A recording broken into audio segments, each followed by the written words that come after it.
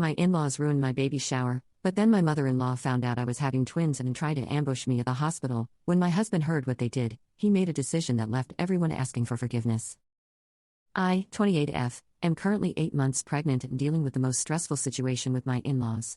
My husband Jake, 30M, and I have been married for 3 years, and while his family has always been a bit overbearing, things have gotten completely out of control since we announced my pregnancy. The main issue is with my mother-in-law, MIL, and sister-in-law, SIL. From the moment we announced the pregnancy, they've been trying to control everything. They insisted on planning my baby shower, even though my own mother and sister had already started organizing it. My MIL actually went behind my back and called all the guests to change the venue to her house without telling me, claiming that my chosen venue wasn't good enough for her grandson. Yes, grandson. You see, we're having twins, but we've only told people we're having one baby. The reason? Early in the pregnancy, there were some complications, and we decided to keep the twin news private until we were further along. Only our parents and siblings knew. Or at least, that's what we thought. The baby shower was an absolute nightmare. My MIL had completely changed everything my mom and sister had planned. The elegant tea party they'd arranged was turned into this over-the-top blue-themed extravaganza because MIL was convinced we were having a boy. We hadn't revealed the gender to anyone. She had even ordered a huge cake that said "Welcome baby boy." When I tried to explain that we hadn't revealed the gender, she just laughed and said "A mother always knows, dear." But here's where it gets worse. During the party, my Sil stood up to make an announcement. With this smug look on her face, she announced to everyone that she had secretly looked at my medical records through her friend who works at my hospital, she's a nurse there, and knew we were actually having twins, a boy and a girl. She then proceeded to berate me in front of everyone for lying and keeping her nephew and niece from the family. I was devastated. Not only had she violated my medical privacy, but she'd also ruined our surprise in the most humiliating way possible. I left the party in tears, and Jake was furious. He immediately called his sister's workplace to report the HIPAA violation. But that wasn't the end of it. The next day, my MIL started calling and texting everyone in the family, painting me as the villain who was tearing the family apart by getting her precious daughter in trouble at work. She said I was being selfish and dramatic, and that she had a right to know about both her grandchildren. Jake has been my rock through all of this. He stood up to his family and made it clear that their behavior is unacceptable. We've decided to go completely no contact until after the babies are born, and we've alerted the hospital to not allow any of them in when I go into labor. I just needed to get this off my chest and maybe get some advice on how to handle this going forward. I'm so stressed about them trying to show up at the hospital or ambush us when we bring the babies home. Am I overreacting by wanting to keep them away? Update 1. Hi everyone, thank you so much for all your support and advice. A lot has happened in the past week, and I need to get it off my chest. First, the HIPAA violation report led to immediate consequences. Sil's friend was fired on the spot, and Sil herself is under investigation. Apparently, she had been accessing other patients' records too, so this wasn't an isolated incident. She's been suspended without pay pending a full investigation, and from what we've heard, she'll likely lose her nursing license. But things got so much worse after that. Last night, around 2 a.m., our security cameras caught my MIL trying to break into our house through the back door. She was clearly drunk and kept screaming about how we were ruining her baby's life and that she deserved to be there when her grandchildren were born. Jake called the police, and they arrested her for attempted breaking and entering. The family has completely split over this. Jake's older brother and his wife are on our side, saying they've experienced similar controlling behavior from MIL in the past. But his younger sister and father are calling us heartless for pressing charges. They keep saying she's just excited about the babies and that we're tearing the family apart over nothing. The most shocking part? We found out MIL has been running a Facebook group called Pray for My Grandchildren where she's been posting made-up stories about how I'm an unfit mother who's trying to keep her from her grandchildren. She's even shared ultrasound photos she somehow got from Sil's friend. We've had to get our lawyer involved because this is getting completely out of hand. Jake has been absolutely amazing through all of this. After the break-in attempt, he looked at me and said, "This is it. They're never meeting our children." He's already started the process of getting restraining orders against both his mother and sister. He says he feels guilty for not seeing their toxic behavior sooner, but he's determined to protect our family. I'm now 36 weeks pregnant, and my doctor is concerned about my blood pressure due to all this stress. We've decided to move our planned C-section date up and keep it completely secret. We've also hired a private security guard for when we're in the hospital because we don't trust MIL to stay away. The hardest part in all of this is seeing Jake have to cut off his family.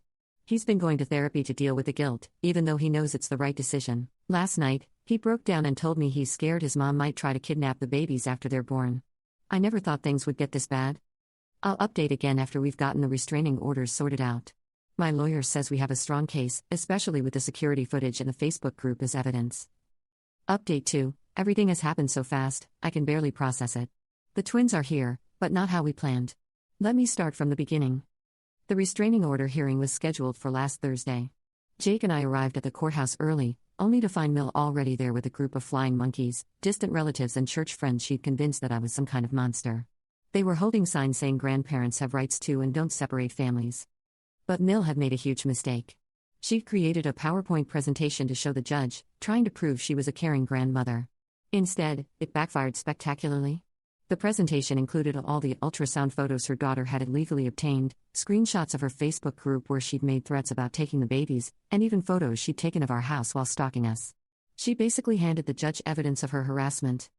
In the middle of Mill's rambling testimony about her rights, I suddenly felt sharp pains. My water broke right there in the courthouse. The stress had sent me into early labor at 37 weeks. Jake immediately called an ambulance while Mill started screaming that this was a sign from God that she needed to be there for the birth. The judge was furious. She not only granted the restraining orders on the spot but also had Mill detained for contempt of court when she tried to follow us to the hospital. The court officer had to physically restrain her as she screamed that she'd never forgive us for this betrayal. The next 12 hours were intense. Our twins, a boy and a girl, were born via emergency C-section. They're small but healthy, and currently in the NICU for observation. The hospital security has been amazing, especially after what happened next. Sil somehow found out about the birth, we suspect through her former hospital contacts, and tried to sneak into the NICU dressed in stolen nursing scrubs. Thank God for the security protocols, she was caught immediately and arrested for trespassing and impersonating medical staff. She's now facing criminal charges on top of losing her nursing license. The most shocking development? Jake's father, who had been defending Mill and Sil this whole time, finally saw the light. He came to the hospital, with our permission, and broke down crying when he saw the twins. He admitted that Mill has always been controlling, but he'd enabled it because it was easier than fighting. He's now filed for divorce and asked Jake for his forgiveness. We're still in the hospital under security protection. The nurses have been incredible, especially after hearing our story. They've implemented a strict password system for anyone trying to visit, and we have a private security guard outside our door 24/7. The twins are doing great, Nathan James and Emma Rose, not their real names for privacy. Looking at their peaceful little faces, I know we made the right decision protecting them from the chaos. Jake hasn't left our side except to get food, and he tears up every time he holds them. But we're not out of the woods yet. Mill has been posting increasingly unhinged things on social media about grandparent alienation and divine right to her grandchildren. We've had to hire a lawyer specifically to deal with potential grandparents' rights claims, though our lawyer says she doesn't have a case. Update 3. First, thank you all for the overwhelming support. The past few weeks have been intense, but I finally have time to update everyone on what's happened since we brought the twins home. Remember how I mentioned Mill's increasingly unhinged social media posts? Well, they came back to bite her in the biggest way possible. 2 days after we got home, she posted a detailed plan about how she was going to rescue her grandchildren while we slept. She even included pictures of the baby carriers she'd bought and a map of our neighborhood. One of her church friends finally realized how serious this was and sent everything to our lawyer. The police didn't waste any time. They raided Mill's house and found a fully furnished nursery, fake birth certificates, and, this is the scariest part, sedatives she'd gotten from Sil before she lost her nursing license. They also found detailed notes about our daily routine and copies of our house keys. We still don't know how she got them. She was arrested on the spot for conspiracy to commit kidnapping. Sil didn't fare any better. During the investigation, police found evidence that she'd been stealing medical records and prescription pads for years. Turns out she'd been running a small prescription drug operation through the hospital. She's now facing multiple felony charges and will likely serve serious time. But here's where things take an unexpected turn. Jake's father, who's been in therapy since the courthouse incident, came to us with shocking information. He'd found Mill's diaries going back decades, documenting a pattern of obsessive behavior. Apparently, she'd done similar things to Jake's older brother's wife years ago, which led to them moving across the country. She'd been diagnosed with several mental health conditions years ago but refused treatment, and he'd helped hide it from the family. The diary revelation was the final straw for the extended family. Even Mill's own sister, who'd been defending her, finally admitted that this wasn't normal grandma excitement. They are now working with a family therapist to understand how they enabled her behavior for so long. As for us, the twins are thriving. They're 6 weeks old now and starting to show their personalities. Nathan is our little calm observer, while Emma is already showing signs of being a firecracker. Jake has been the most amazing father. He does night feeds without complaining and somehow manages to change 2 squirming babies at once. Jake's father has become a wonderful grandfather, though he's still working through his guilt. He visits twice a week, always calling ahead first, and brings books to read to the twins. He's also given us a generous gift to help with their college funds, saying it's the least he can do after years of enabling his ex-wife's behavior. The legal side of things is wrapping up too. Mill accepted a plea deal that includes mandatory psychiatric treatment and a lifetime restraining order against us and the twins. Sil is still awaiting trial, but based on the evidence, our lawyer says she's looking at 5 to 10 years. The hospital has also completely overhauled their record security system after this incident. We're finally starting to feel like a normal family. Our home security system now includes cameras, motion sensors, and panic buttons, just in case, but we're not living in fear anymore. Jake says the twins brought him something unexpected, the strength to finally stand up to his toxic family members and protect what really matters.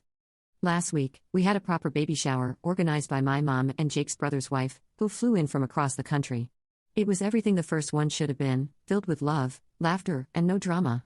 Looking at our beautiful babies surrounded by people who truly love and respect them, I know we made all the right decisions. To everyone dealing with toxic family members, stay strong and don't let anyone tell you that family means accepting abuse. Sometimes the best family is the one you choose and protect. Final update: it's been 6 months since my last update, and I can't believe how much has changed. The twins just turned 7 months old, and watching them grow in a peaceful, drama-free environment has been the biggest blessing. First, the legal updates everyone's been asking about. Mill's psychiatric evaluation revealed several untreated mental health conditions. She's been sentenced to 5 years in a psychiatric facility with mandatory treatment. Her doctors say she's finally accepting help, but honestly, we're just relieved she's somewhere she can't hurt anyone. Sil's trial ended last month. She was sentenced to 8 years for the drug operation and medical records theft. The judge was particularly harsh because of her attempt to infiltrate the NICU. The hospital also faced a massive investigation, and several other employees were fired for helping her access records. They've implemented a new security system that's being adopted by hospitals nationwide. At least something good came from this mess. Jake's father has become a completely different person since divorcing Mill. He's been in therapy twice a week and has joined a support group for people who've enabled toxic family members. Last week, he sat us down and read a letter apologizing for every time he failed to protect Jake from his mother's behavior. It was emotional, but it felt like the final piece of healing we needed. The most surprising development? Jake's older brother and his wife have moved back to our city. Turns out they'd fled across the country years ago when Mill tried to kidnap their daughter, now 6, as a baby. They never told anyone because Mill threatened to harm herself if they did. Now our kids have cousins to grow up with, and we're building the kind of family we always wanted. Remember the church friends who supported Mill? They sent us a group apology letter after her psychiatric diagnosis. Many of them have reached out individually to apologize for enabling her behavior. One even started a support group for grandparents learning to respect boundaries, which I found ironically beautiful. As for the twins, they're absolutely thriving. Nathan took his first crawling steps yesterday, and Emma already has 2 teeth. They light up whenever their grandpa comes over, and my parents are over the moon about being grandparents. Jake's brother's daughter is the proudest cousin ever. She reads them stories and calls them her babies. The best part? Jake has completely transformed. The guilt and obligation he carried his whole life is gone. Last night, he told me that becoming a father showed him what real parental love looks like, wanting what's best for your children, even when it's hard. He started mentoring other people dealing with toxic family members through a support group at our community center. We've moved to a new house in a gated community. Jake's father helped with the down payment as part of his amends. Our security system is still top-notch, but it's more precautionary now. We're not afraid anymore, we're just cautious and wise. The family dynamic has shifted so beautifully. Holiday gatherings are now filled with genuine laughter instead of walking on eggshells. Last weekend, we had a family barbecue with Jake's brother's family, his father, my parents, and our closest friends. Watching all the cousins play together while the adults chatted and relaxed, it was everything families should be. Looking back at our first post, it's hard to believe how far we've come. To everyone who supported us through this journey, thank you. Your advice and encouragement helped us stay strong when we doubted ourselves. To anyone dealing with toxic family members, protect your peace. Real family supports your boundaries, celebrates your joy, and puts the well-being of children first. Sometimes the hardest choices lead to the most beautiful outcomes. The twins are crying, time for their evening feed. But as I rock them to sleep tonight, I'll be grateful for every difficult decision that led us here. Our family isn't perfect, but it's filled with love, respect, and proper boundaries. And really, that's all any of us can ask for.